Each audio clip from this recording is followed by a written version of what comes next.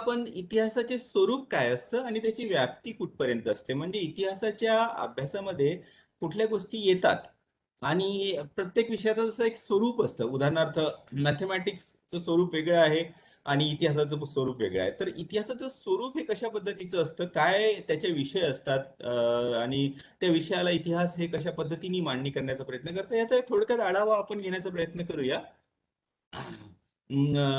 Any you are not able to hear me. बाकी लोग तो सुन पा रहे हैं। एनी आप सुन नहीं पा रही है मुझे? हाँ, Annie has left the meeting in any case. Okay, she उनको कुछ नेटवर्क का प्रॉब्लेम होगा। वेल ओके, तर आज आता आपण याची चर्चा करूया। मी तुमच्याशी वर्ड फाईल शेअर करतो। Just a minute, hold on. हाँ, Annie can you hear me now?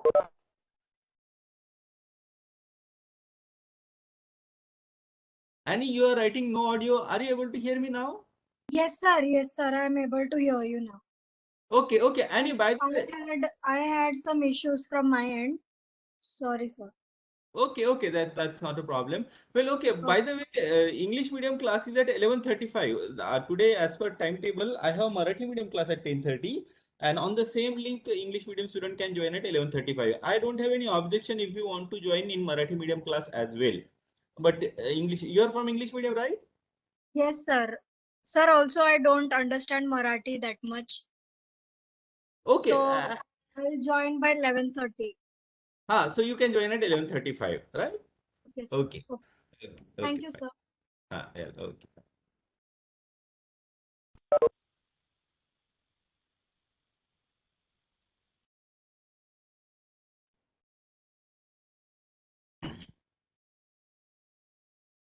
Well okay, हा ही वर्ड फाईल दिसत असेल तुम्हाला, इतिहासाचे स्वरूप आणि व्याप्ती. बरं, मला एक सांगा, जेवढं मला आठवतं हा टॉपिक आपला झाला नाहीये ना? मागच्या क्लासमध्ये खूपच थोडंसंच टॉपिक घेतला होता मी, इतिहास लेखनशास्त्र कशाला म्हणतात. जस्ट मी कन्फर्म करतोय, जेवढं मला आठवतं हा झाला नाहीये. मला सांगा कोणीतरी, उज्ज्वला किंवा चिराग, झाला का हा टॉपिक, इतिहासाचे स्वरूप आणि व्याप्ती? सर मी पहिल्यांदा लेक्चर अटेंड करत आहे. बर, मागचं लेक्चर मी अटेंड केलेलं नाही. ठीक आहे, ठीक आहे. We will continue. हा टॉपिक इंग्लिश मीडियम मध्ये झाला आहे. बरं, चल आता आपण पुढे जाऊया. बघा, इतिहास, ज्याला इंग्लिशमध्ये हिस्ट्री म्हटलं जातं, त्या शब्दाची व्याप्ती, त्या शब्दाची सुरुवात कुठून झाली? तर त्या शब्दाची सुरुवात एक ग्रीक शब्द आहे, इस्टोरिया. या इस्टोरिया शब्दापासून हिस्ट्री या शब्दाची उत्पत्ती झाली आहे. आणि या इस्टोरिया या शब्दाचा अर्थ होतो वैज्ञानिक चौकशी. म्हणजे काय, भूतकाळात होऊन गेलेल्या घटनांची वैज्ञानिक चौकशी करून त्यांची जेव्हा मांडणी करण्यात येते, तेव्हा त्याला इतिहास हे म्हटलं जातं. असं एक सर्वसाधारणतः समज, अशी एक सर्वसाधारणतः इतिहासाबद्दलची संकल्पना ही सर्वश्रुत आहे, सर्व स्वीकृत आहे. भूतकाळातून होणाऱ्या घटना नुसत्या ऐकीव आधारावर आपण मांडणी करणं हे बरोबर नाही. तर त्याचे एक संशोधन करून, ते खऱ्या होत्या नाही होत्या, त्याचे काय प्रूफ मिळतात, असं झालं असेल नाही झालं असेल, तार्किक दृष्टीने त्याची जेव्हा मांडणी करण्यात येतं, तेव्हा त्याला हिस्ट्री म्हटलं जातं. आता काय होतं ना, की आपल्याकडे जो एक शब्द आहे इतिहास, तो आणि हिस्ट्री हे पर्यायवाची शब्द म्हणून आपण वापरतो. हिस्ट्रीचं ट्रान्सलेशन मराठीमध्ये किंवा हिंदीमध्ये आपण इतिहास म्हणून करतो. पण इतिहास हा शब्द भारतीय परंपरेमध्ये ज्या उद्देशाने वापरण्यात आलेला आहे, आणि हिस्ट्री ज्या उद्देशाने युरोपमध्ये हिस्ट्री हा शब्द वापरण्यात येतो, याच्यामध्ये थोडा फरक आहे. हिस्ट्री हा शब्द ज्या पद्धतीने युरोपमध्ये वापरण्यात येतो, सर्वसाधारणतः फार जुना शब्द आहे, पण 18व्या-19व्या शतकापासून त्याचं प्रारूप बदलत गेलं, की त्याच्यामध्ये ज्या गोष्टी पडताळून पाहता येतात, ज्या गोष्टी प्रूफ आपल्याला मिळतात, केवळ त्याच गोष्टी इतिहासामध्ये लिहिल्या गेल्या पाहिजे, अशी एक सर्वसाधारणतः समजूत आहे. पण इतिहास हा शब्द भारतीय परंपरेमध्ये फार जुन्या काळापासून वापरण्यात आलेला आहे. उदाहरणार्थ महाभारताला इतिहास म्हटलं जातं. पण महाभारतामधल्या ज्या गोष्टी आहेत त्या आपण पडताळून पाहू शकत नाही. भीमाच्या अंगात 80,000 हत्तीची ताकद होती वगैरे वगैरे, ज्या गोष्टी आपण पाहतो त्या आपण पडताळून पाहू शकत नाही आणि त्या अशक्य पण वाटतात. मग त्याला इतिहास म्हणायचं का? तर इथे एक गोष्ट आपण लक्षात ठेवायला पाहिजे, की इतिहास हा शब्द ज्या उद्देशाने भारतीय परंपरेमध्ये वापरला गेला होता, त्याचा मागचा उद्देश प्रामुख्याने होता की भूतकाळातून होऊन गेलेल्या घटनांपासून काही शिकणं. उदाहरणार्थ महाभारत, ज्याला आपण इतिहास, ज्याला भारतीय परंपरेमध्ये इतिहास म्हणून संबोधलं जातं, त्याच्यामध्ये खरंच भीमाच्या अंगामध्ये ताकद होती काय, हा काही महत्वाचा विषय नाही आहे. पण धर्माची संकल्पना काय होती, अहिंसेचा विषय, अहिंसा कशाला म्हणायचं, या सगळ्या गोष्टीचं जे विश्लेषण केलेलं आहे ते महत्वाचं आहे. म्हणजे भूतकाळात खरंच भीम होऊन गेला का, किंवा खरंच युधिष्ठिर कृष्ण होऊन गेले का, हे न पाहता त्यांच्या कॅरेक्टर मधून काय सांगण्याचा प्रयत्न केला गेलाय हे इतिहासामध्ये अपेक्षित असतं. आणि हिस्ट्री मात्र त्याच्यामध्ये फक्त त्याच गोष्टी लिहायच्या असतात ज्या एक प्रूफ, ज्याचं एव्हिडन्सेस आपल्या समोर आहे. तर हिस्ट्री आणि इतिहास या दोन शब्दांमध्ये फरक जरूर असला तरी इतिहासाचं खूप डिटेल विश्लेषण आपल्या सिलेबसमध्ये नाही आहे. आपण सर्वसाधारणतः हिस्ट्री आणि इतिहास हे पर्यायवाची मानून चालू. आणि इतिहास म्हणजे या संकल्पनेच्या अनुसार, पश्चिमी देशांमध्ये विकसित झालेल्या संकल्पनेच्या अनुसार, इतिहासामध्ये आपण भूतकाळात होऊन गेलेल्या घटनांची चौकशी करून त्याची मांडणी करत असतो. भूतकाळाचे तार्किक आणि अर्थपूर्णरित्या केलेले वर्णन म्हणजेच इतिहास असं साधारणतः म्हटलं जातं. तर्क असायला पाहिजे. कुठल्याही गोष्टी कुठून उचलून आपण टाकायची नाही. एखादी गोष्ट 11व्या शतकातली आणि लगेच 19व्या शतकात यायचं, आपसात दोघांचा काही तर्क लागत नाही, दोघांची काही सांगड लागत नाही, तर त्याला इतिहासाची व्यवस्थित मांडणी होऊ शकणार नाही. अर्थपूर्ण, अर्थ निघाला पाहिजे. नुसतं कलेक्शन ऑफ इन्फॉर्मेशन आपण घेऊ शकत नाही. एक शब्द लिहायचा की बाबराचा जन्म इथे या वर्षी झाला होता आणि त्याच्यानंतर लगेच संभाजीचा जन्म या वर्षी झाला होता. असं जर का आपण इतिहासाचा, दोन्ही गोष्टी इतिहासाच्याच आहे, दोन्ही गोष्टी जुन्या भूतकाळात होऊन गेलेल्याच आहे, पण त्याचं काही अर्थपूर्ण सांगड मात्र आपसात लागत नाही. तर मांडणी जेव्हा केली जाते इतिहासाची, तर ती तार्किक दृष्ट्या असावी, तसंच अर्थपूर्ण दृष्ट्या असावी.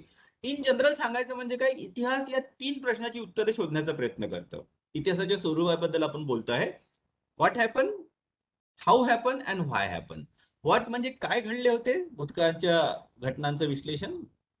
हाऊ, कसं घडलं ते, आणि का बरं ते घडलं. जोपर्यंत हा का प्रश्नाचं उत्तर आपण देत नाही, तोपर्यंत आपल्या इतिहासाचं विश्लेषण, इतिहासाचं अध्ययन हे व्यवस्थित होऊ शकत नाही. सर्वसाधारणतः इतिहास लेखनाची सुरुवात ग्रीसमध्ये 600 इसवी सन पूर्व 600 झाली असं समजण्यात येतं. आणि तत्कालीन जे सुरुवातीचे जे इतिहासकार होते, हिरोडोटस, थुसिडायडस, यांनी सर्वसाधारणतः राजनीतिक इतिहासाला खूप जास्त महत्व दिलं. थुसिडायडस सांगतो की लक्षात ठेवण्याच्या गोष्टीची कहाणी म्हणजे इतिहास. अशा गोष्टी फक्त ज्या लक्षात ठेवण्यासारख्या आहे, ज्याच्यापासून आपण काही शिकू शकतो, ज्या महत्वाच्या होत्या. अरिस्टॉटल म्हणतो की न बदलणाऱ्या भूतकाळाची कहाणी म्हणजे इतिहास. भूतकाळ हा कधीही बदलत नाही. बघा, इतिहासाचे 2 डायमेन्शन असतात. एक असतं एटर्नल डायमेन्शन, चिरकालीन टिकणारं डायमेन्शन, आणि एक असतं काळानुसार बदलणारं डायमेन्शन, काळानुसार बदलणारा आयाम. चिरकालीन म्हणजे काय, जसं की मनुष्याच्या मनामध्ये अहंकार असतो, राग, द्वेष, हे आजपासून 5000 वर्षापूर्वी सुद्धा होता, आता पण आहे. मनुष्य नेहमी संघटित होऊन स्वतःची शक्ती वाढवतो आणि दुसऱ्यावर आक्रमण करून त्यांना डोमिनेट करण्याचा प्रयत्न करतो. याचे इव्हिडन्सेस आपल्याला आजपासून 4-5 हजार वर्षापूर्वी सुद्धा मिळतात. आणि याचे इव्हिडन्सेस अगदी आधुनिक काळामध्ये, प्रथम विश्वयुद्ध, द्वितीय विश्वयुद्धामध्ये मिळतात, की जेव्हा काही देश एकत्र आले, त्यांनी स्वतःची जी सामरिक युद्धशक्ती होती ती एकत्र केली आणि दुसऱ्या देशाला हरवण्याचा प्रयत्न केला. तर म्हणजे काय, एक देश किंवा एक समूह दुसऱ्या देशावर हरवून त्याच्यावर अधिपत्य स्थापित करण्याची ही जी मनुष्याची भावना आहे, ते एक एटर्नल डायमेन्शन ऑफ हिस्ट्री आहे. ते चिरकालीन सत्य आहे. फक्त युद्ध ज्या पद्धतीने केलं जातं त्याच्यामध्ये मात्र बदल होत जातो. पूर्वी तलवारींनी, तीर कमानी लढले जायचे, आजकाल तोफानी बंदुकांनी लढले जातात. तर युद्ध ज्या पद्धतीने केलं जातं त्याच्यामध्ये ते झालं बदलणारं डायमेन्शन. पण युद्धाच्या मागची जी मानसिकता आहे ती मात्र चिरकालीन एकच राहिलेली आहे. उदाहरणार्थ, सर्व सभ्यतेमध्ये सर्वसाधारणतः आपण बघतो की पुरुषांनी स्त्रियांना डोमिनेट करण्याचा प्रयत्न केला आहे. ज्यांच्या हाती सत्ता होती त्यांनी ती सत्ता आपल्या हातामध्ये राखून ठेवण्याचा प्रयत्न केलेला आहे. तर ह्या सगळ्या इतिहासातल्या चिरकालीन गोष्टी आहेत. तर इतिहासाचे हे 2 डायमेन्शन, इतिहासाच्या स्वरूपाबद्दलची चर्चा करताना आपण हे 2 डायमेन्शन आपण लक्षात ठेवायला पाहिजे, की इतिहासाचे काही डायमेन्शन्स, काही गोष्टी ह्या चिरकालीन टिकणाऱ्या असतात आणि काही गोष्टी मात्र कालानुसार त्याच्यामध्ये बदल होत जातो. इतिहासाचं दुसरं डायमेन्शन असतं टँजिबल आणि इनटँजिबल. टँजिबल म्हणजे काय, ज्या गोष्टी आपल्याला सहज दिसतात. अकबरांनी बांधलेल्या बिल्डिंग आपल्याला सहज दिसतात. तो झाला tangible dimension of history. The things that is obviously visible to you, अशा गोष्टी ज्या आपल्याला सहज सरळ सरळ आपल्या डोळ्यांनी दिसतात. इनटँजिबल डायमेन्शन ऑफ हिस्ट्री, अतिथीचा सत्कार करणे, हे याचं प्रूफ कदाचित आपल्याला कुठे दिसणार नाही, पण ते आपल्या परंपरेनुसार चालत आलेलं आहे. त्याला म्हणतात इनटँजिबल डायमेन्शन ऑफ हिस्ट्री. म्हणजे काय, त्या गोष्टी भूतकाळामध्ये होत्या, कदाचित आज पण आहे, त्या परंपरेमध्ये आहे, पण त्याचं खूप सॉलिड प्रूफ हे आपल्याला मात्र मिळत नाही. तर त्याला ती जी फिलॉसॉफी असते that is called intangible dimension of history, जे की अदृश्य इतिहासाचं अदृश्य अंग, दृश्य आणि अदृश्य, टँजिबल आणि इनटँजिबल, हे दुसरी गोष्ट झाली. इतिहासाच्या स्वरूपाची जेव्हा आपण चर्चा करतो तेव्हा आपल्याला एक लक्षात येतं की इतिहासाचं स्वरूप हे स्टॅटिक राहिलेलं नाही आहे. समजा ग्रीक लोकांनी इतिहास लेखनाला सुरुवात केली आपण मानलं, तर त्यांनी ज्या विषयावर इतिहास लेखन केलं ते काळानुसार बदलत चाललेलं आहे. उदाहरणार्थ ग्रीक आणि रोमन लोकांनी प्रामुख्याने राजनैतिक इतिहासाला जास्त महत्व दिलं आणि त्याच्यानंतर सुद्धा राजनैतिक इतिहास हा महत्वाचा भाग राहिलेला आहे, याच्यात काही शंका नाही.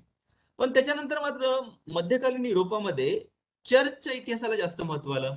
आणि आता आधुनिक युगामध्ये आपण बघतो की सामाजिक इतिहास, सबल्टन हिस्ट्री, वंचित घटकांचा इतिहास, स्त्रियांचा इतिहास, या सगळ्या प्रकारच्या इतिहास लेखनाच्या प्रकाराला जास्त महत्व आलेलं आहे. आणि राजनैतिक इतिहास मात्र कुठेतरी बॅकग्राऊंड मध्ये फक्त राहून गेलेला आहे.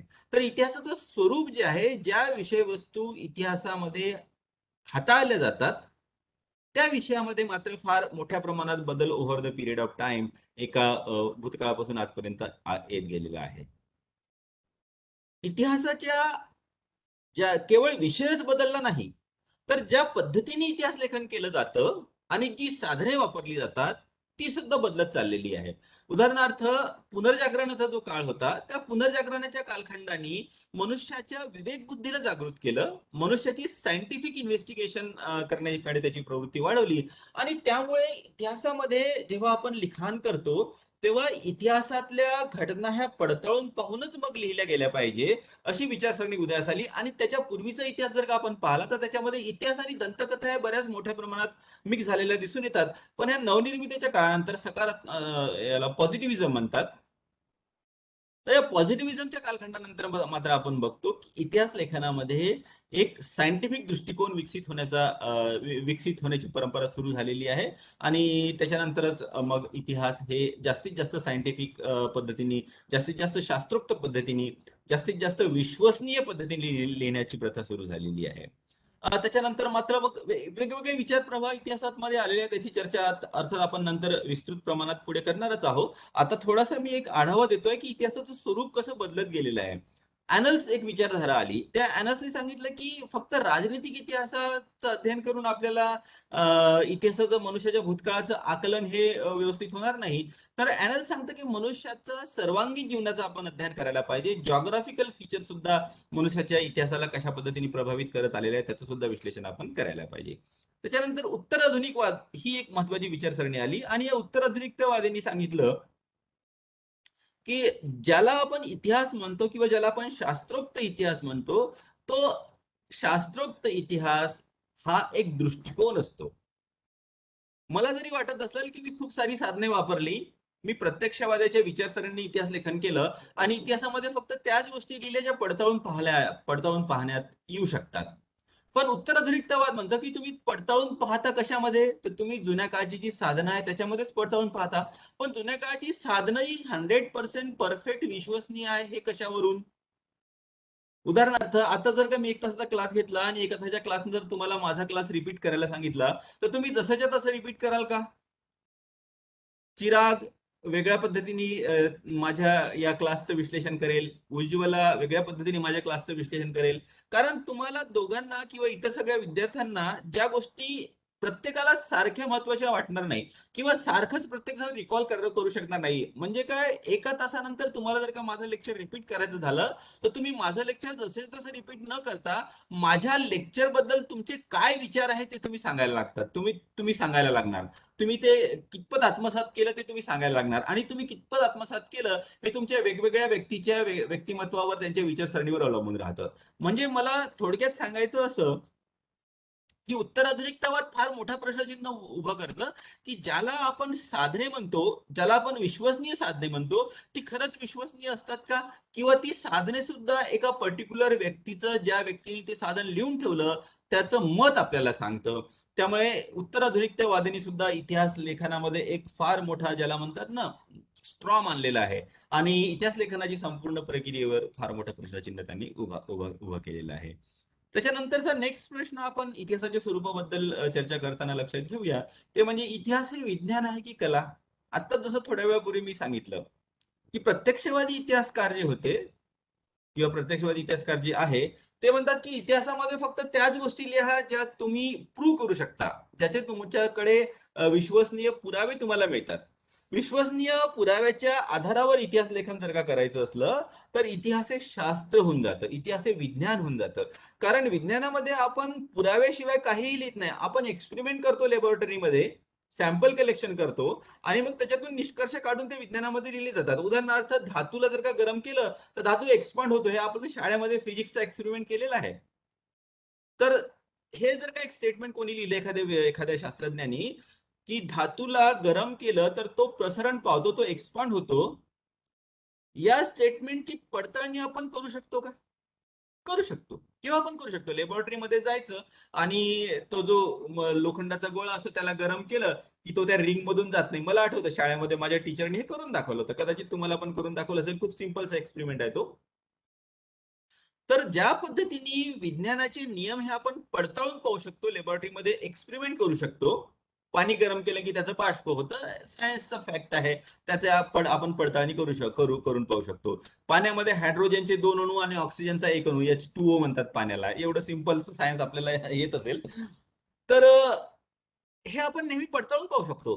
तर त्याच पद्धतीने रांके आणि प्रत्यक्षवादी इतिहासकार म्हणतात, की त्याच पद्धतीने मनुष्याच्या जीवनाचं, भूतकाळाचं अध्ययन करून आपण काही नियम निश्चित करू शकतो आणि हे नियम सायंटिफिक आधारावर असतात.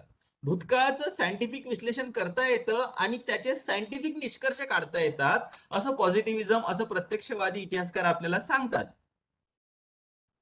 तर या पद्धतीने जर का गेलं तर इतिहास तर हे विज्ञान होऊन जाईल. कारण त्याच्यामध्ये आपण फक्त त्याच गोष्टी लिहू ज्याचे पुरावे आपल्या जवळ आहे. पण इतिहास जर का फक्त विज्ञानच राहिलं तर मात्र ते फार रटाळ वाटायला लागेल.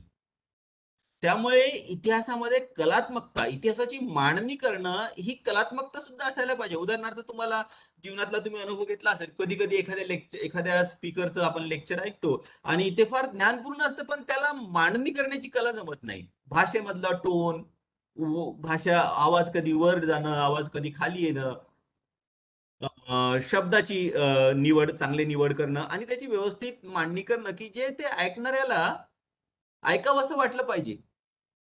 तर इतिहासात जर का नुसतं शास्त्रोक्त पद्धतीने लिहिला गेला, पण त्याच्या मांडणीमध्ये जर का कलात्मकता नसली, तरी सुद्धा तो इतिहास होत नाही. त्यामुळे इतिहास हे दोन्ही आहे. त्याच्यामधल्या गोष्टी आपण सायंटिफिकली इन्व्हेस्टिगेशन करून बघतो, पडताळणी करून बघतो, पुरावे देतो, म्हणजे ते सायन्स आहे. तसंच त्याची मांडणी करताना ती एक कलात्मकतेच्या दृष्टिकोनातून करतो आणि म्हणूनच इतिहास हा एक कला पण आहे आणि सायन्स पण आहे.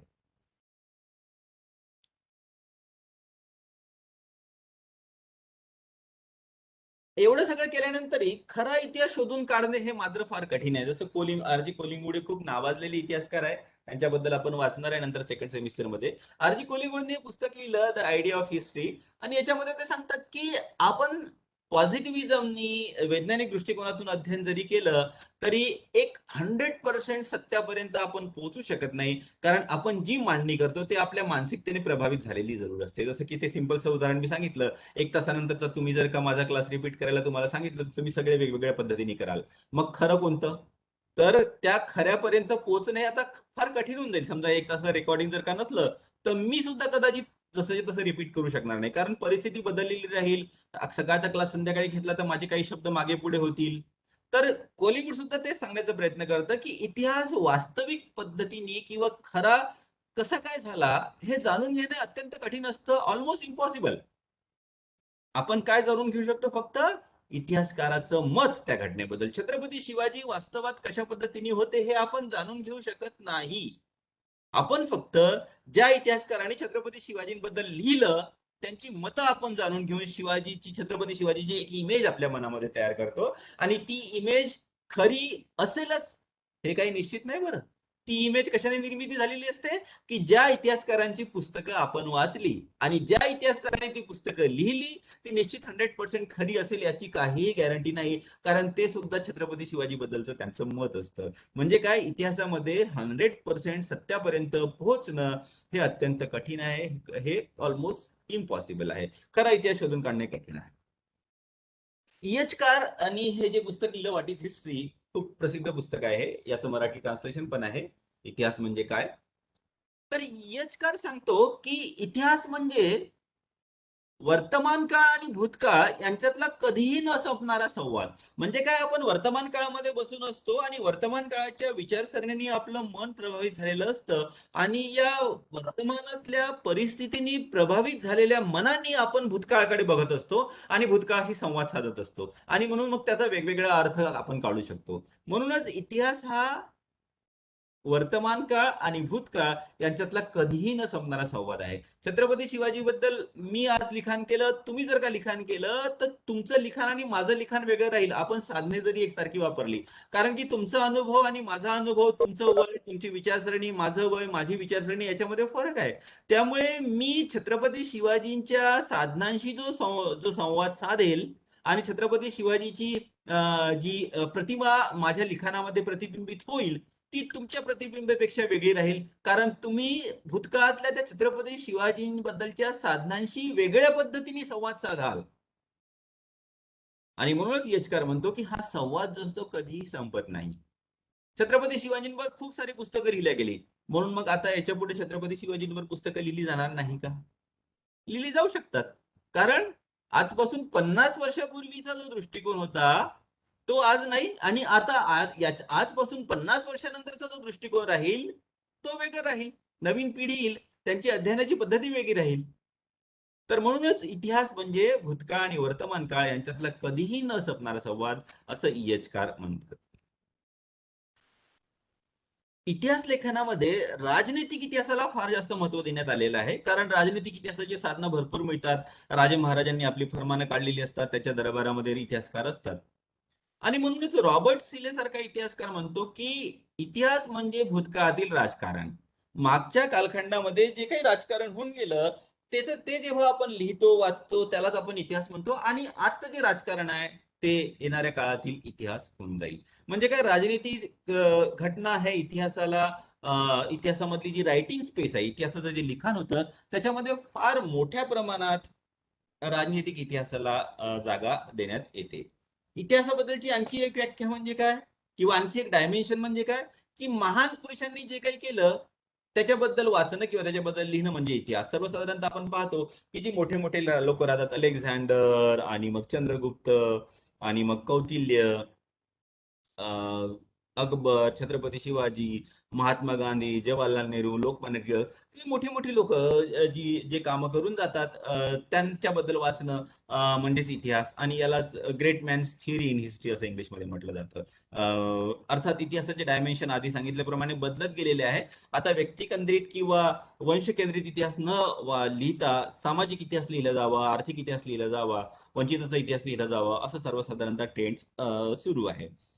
कल्पनांचा इतिहास. आर.जी. कोलिंगवूडचं एक खूप महत्वाचं सेंटेन्स आहे की सर्व इतिहास हा कल्पनांचा इतिहास आहे. तर याचा मागचा उद्देश काय, की बघा आता अगेन छत्रपती शिवाजी वास्तविक कसे होते हे आपण जाणू शकत नाही, तर आपण त्यांच्याबद्दल अध्ययन करून काय करतो, छत्रपती शिवाजी बद्दलची कल्पना करतो आपल्या मनामध्ये आणि मग त्या कल्पनेला आपण लिखित स्वरूप देतो. म्हणजे काय, आपलं इतिहास लेखन हे छत्रपती शिवाजीचं खरं चित्र नसून आपली छत्रपती शिवाजी बद्दलची कल्पना मात्र त्याच्यामध्ये प्रतिबिंबित झालेली असते. म्हणूनच सर्व इतिहास हा कल्पनांचा इतिहास आहे असं आर.जी. कोलिंगवूड म्हणतो. म्हणजे काय, आपण भूतकाळातल्या घटनांबद्दल कल्पना करतो, विचार करतो, अध्ययन करतो, निश्चितच अध्ययन करतो, संशोधन करण्याचा प्रयत्न करतो, पण शेवटी असतात तर त्या काय, त्या आपल्या कल्पना. आपल्या अध्ययनाने, आपल्या संशोधनाने आपल्या कल्पना तयार होतात आणि त्या कल्पनांना आपण लिखित स्वरूप देत असतो. टॉयनबी हा इतिहासकार म्हणतो की इतिहास हा सभ्यतेचा इतिहास असावा. सभ्यता एका राष्ट्राचा इतिहास इतिहासाचा अध्ययन न करता आपण सभ्यतेच्या इतिहासाचं अध्ययन करायला पाहिजे. कारण सभ्यता ही फार प्रदीर्घ कालखंडामध्ये विकसित होते आणि प्रदीर्घ कालखंडामध्ये तिचा ऱ्हास होतो. राष्ट्राच्या बाउंड्रीज, राष्ट्राच्या सीमा ह्या ह्या पण बदलत राहतात अर्थातच, पण त्या आर्टिफिशियल असतात, मनुष्याने तयार केलेल्या असतात. आणि सभ्यतेचा विकास मात्र एक नॅचरल गतीने होत असतो. उदाहरणार्थ भारतीय सभ्यतेमध्ये प्राचीन कालखंडामध्ये अगदी अफगाणिस्तान पासून इंडोनेशिया आणि आताचा बांगलादेश, पाकिस्तान या सगळ्या कालखंडामध्ये, या सगळ्या एरियामध्ये, जॉग्राफिकल एरियामध्ये, भौगोलिक एरियामध्ये भारतीय सभ्यता पसरलेली होती. तर भारतीय भूतकाळाचं जर का अध्ययन आपल्याला करायचं असेल, त्याची व्यवस्थित समज जाणून घ्यायची असेल, तर आपल्याला या भारतीय सभ्यतेचं अध्ययन करावं लागेल. राष्ट्राच्या बाउंड्री मात्र ह्या 1947 नंतर आलेल्या आहे.